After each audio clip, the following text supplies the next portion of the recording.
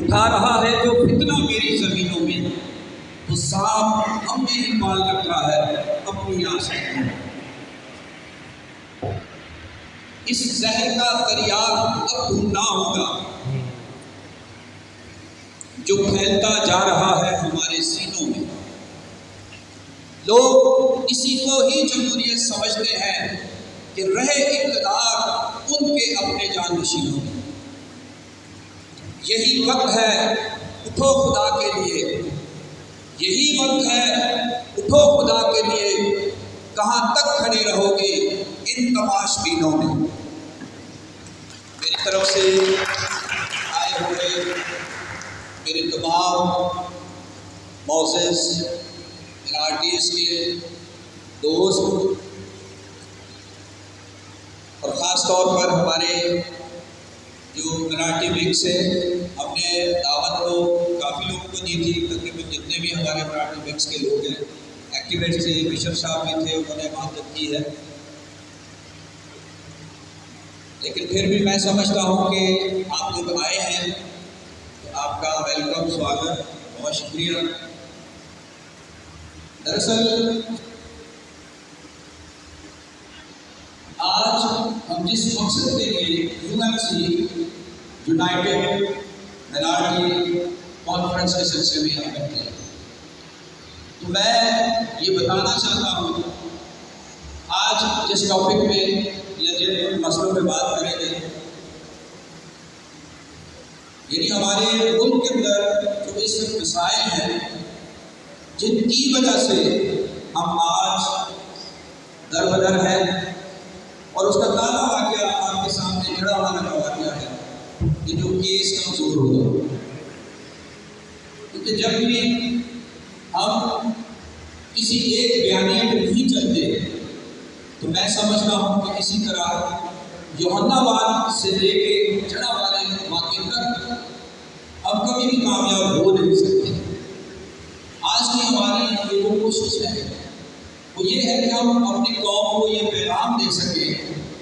کہ جب تک ہم یونائٹ نہیں ہوں گے، ایک نہیں ہوں گے، ہمارا بیانیہ ایک نہیں ہوگا، میرا نہیں خیال کہ ہم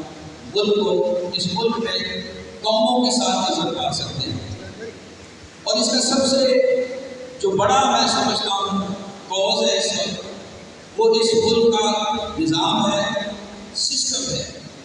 یعنی مخلوط سسٹم جو ہے۔ مخلوط سسٹم نے ہماری قوم کا بیڑا غرق تو کیا ہی ہے، لیکن ہماری برادری کو بھی کش کر کے رکھ دیا ہے۔ ہمارے معاشی، اقتصادی اور سماجی ہر طرح سے جس طرح وہ ڈیوائڈ اینڈ رول آپ نے سنا ہے، تو اس سسٹم نے ہمیں ڈیوائڈ کر رکھا ہے۔ ہم چاہتے ہیں کہ اس معاشرے میں، اس پاکستانی معاشرے میں ہماری عزت ہو، اور ہمارا مشترکہ بیانیہ بھی یہ ہے کہ اقلیتوں کو عزت دو۔ بظاہر یہ ایک چھوٹا سا جملہ ہے، لیکن اس کی ایک بہت بڑی ڈیپتھ ہے کہ وہ کون سی عزت ہے جو ہم چاہتے ہیں۔ مثال کے طور پر ہمیں انصاف مہیا کیا جائے مساوی حقوق کے ساتھ، مذہبی آزادی بغیر ڈر اور خوف کے ساتھ، معاشی استحکام جو ہے وہ ہونا چاہیے اس وقت میں۔ تو یہ وہ چیزیں ہیں جو اس عزت کے اندر شامل ہیں۔ تو میں سمجھتا ہوں کہ جب تک ہم ان ساری چیزوں کو نہیں دیکھیں گے، ان چیزوں کو سننے کے لیے، جس طرح تھوڑی دیر پہلے پارٹی کا تعارف ہوا، تو میرے لیے یہ بڑے فخر کی بات ہے کہ 76 سالوں میں کم از کم ہم اس بات کے اندر تو کامیاب ہوئے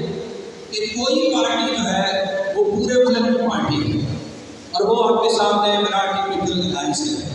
اور ہم نے یہ کوشش کی ہے کہ پورے ملک کے اندر اپنے اس پیغام کو جو ہے وہ آگے ڈلیور کیا جائے، اور یہ پلیٹ فارم ہم نے مہیا کیا ہے۔ اس کے لیے ہمارے ساتھ اوورسیز سے ہمارے دوست ہیں جو بہت زیادہ کام کر رہے ہیں، اور وہ انٹرنیشنل سطح پہ جو ہے وہ ہمارے ساتھ لوگ اس وقت جڑے ہوئے ہیں۔ دنیا کے حالات اس وقت ہمارے سامنے ہیں، جس طرح اسرائیل فلسطین کی جنگ ہے، تو میں سمجھتا ہوں کہ دنیا میں کبھی بھی کوئی ہسٹری اٹھا کے دیکھ لیں، کبھی بھی کوئی مسئلہ جنگ سے حل ہوا نہیں۔ پیشن گوئی کے مطابق جیوز، کرسچن اور مسلم سارے اس بات پہ یقین رکھتے ہیں کہ جو تیسری ہیکل ہے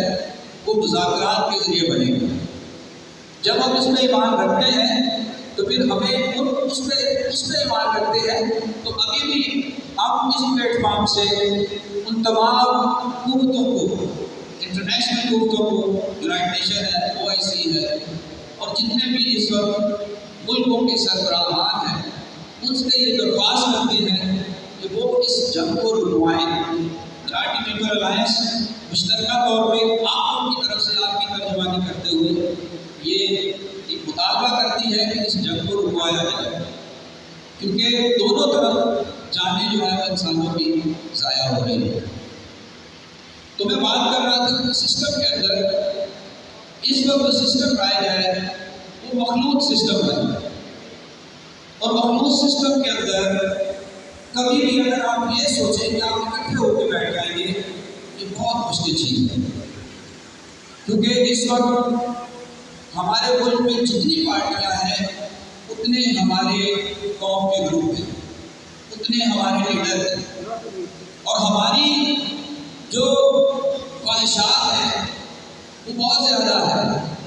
ہر بندہ لیڈر بننے کے لیے تیار ہے، لیکن میں کہتا ہوں کہ وقت ہے آپ لیڈر بنیں، آپ ووٹ دیں جس کو دیں۔